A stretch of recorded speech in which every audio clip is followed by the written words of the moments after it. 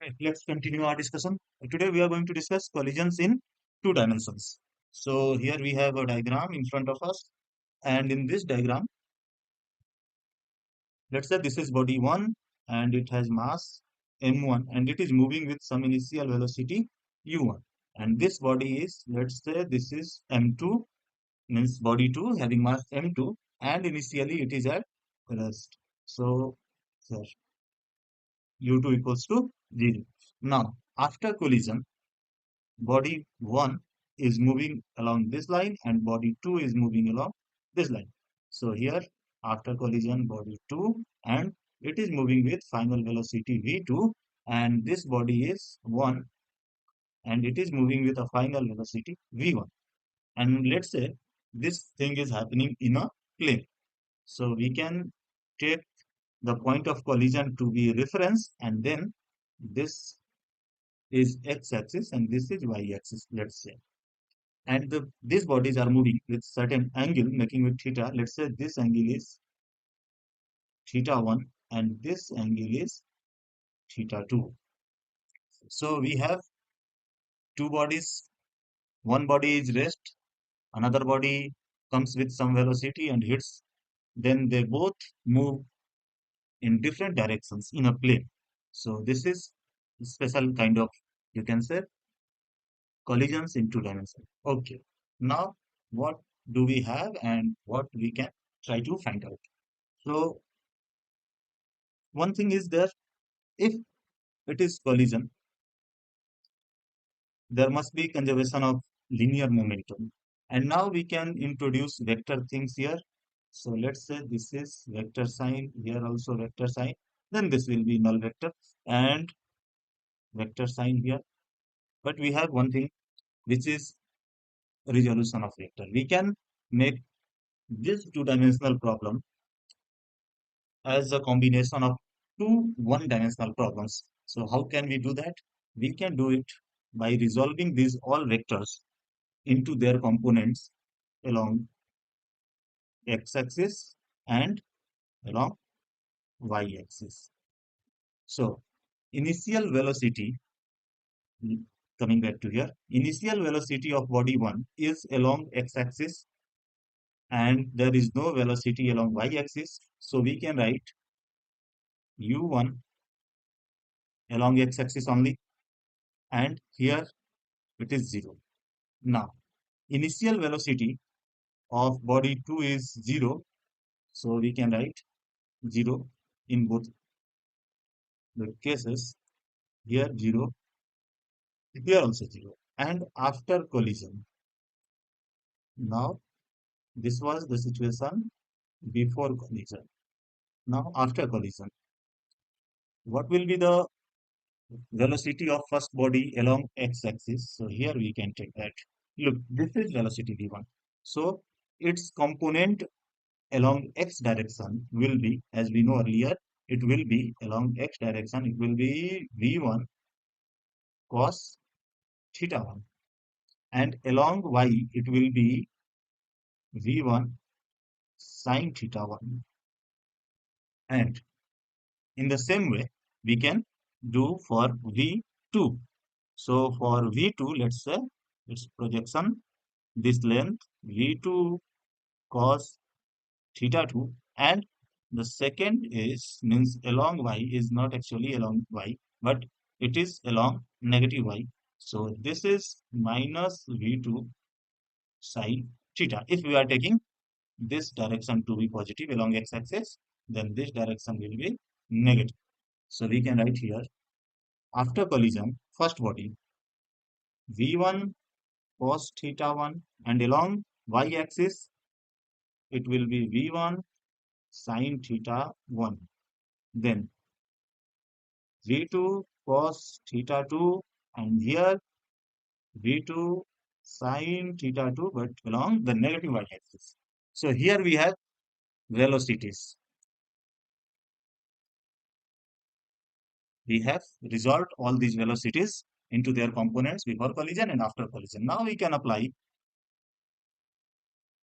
conservation of linear momentum. So along x-axis and along y-axis, conservation of linear momentum. what it will be? M1 U1, that is linear momentum of the system along x-axis initial and plus 0 because second body was in the rest position. So M1 U1 equals to M1 V1 cos theta 1 plus M2. Okay, we will write about y later. So M2 V2 cos theta 2. And now along the y direction, initial momentum was 0 because none of these two bodies were moving along y, and final momentum will be m1 v1 sine theta 1 minus m2 v2 sine theta 2.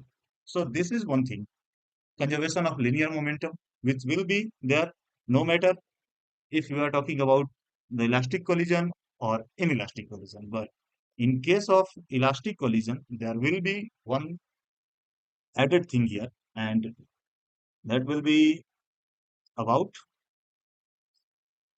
kinetic energy. So about kinetic energy, if we consider that this collision is elastic collision, then we will have initial kinetic energy of the system, which will be 1 by 2 m1 u1 square, because the only body moving was body 1, equals to 1 by 2 m1 v1 cos theta 1 square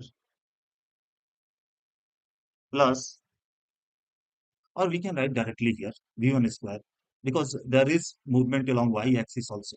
So we can write directly here v1 square. Okay.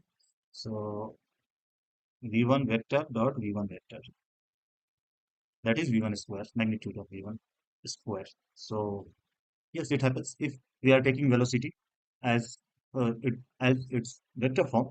We can write kinetic energy will be 1 by 2 m v dot v.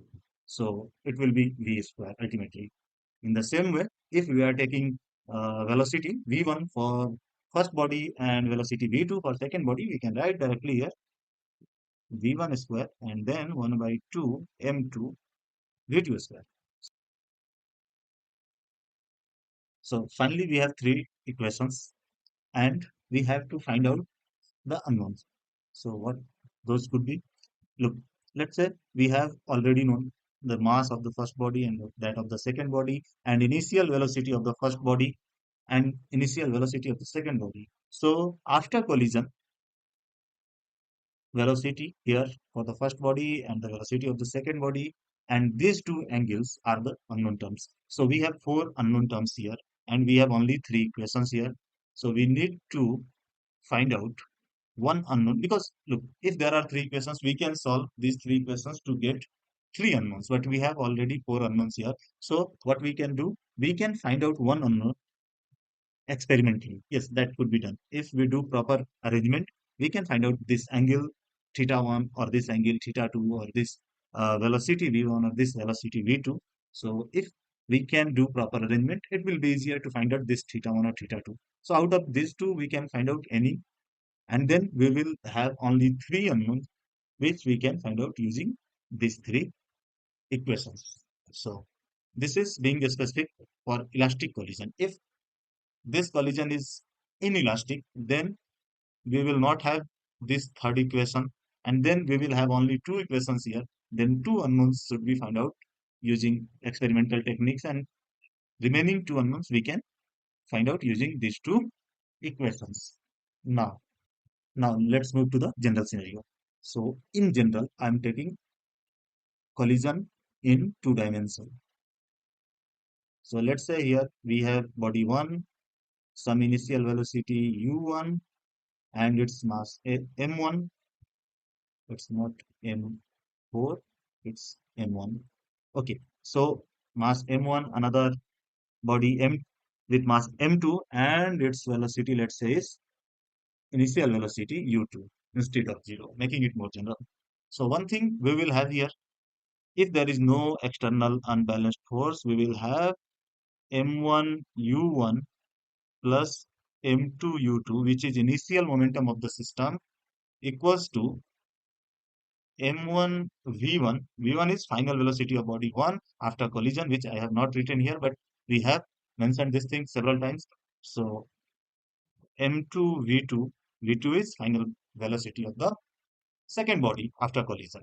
So this is one thing, conservation of linear momentum we can write.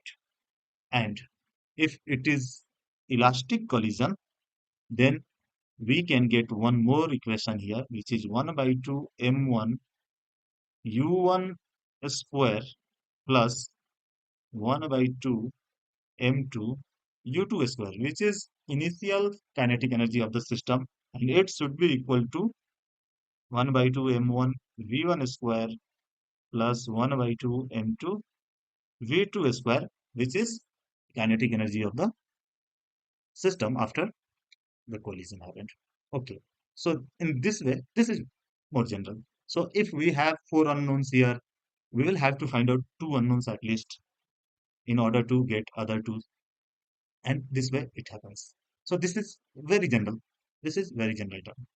And if this is inelastic collision, we do not have this equation also, and we will be left with this equation only.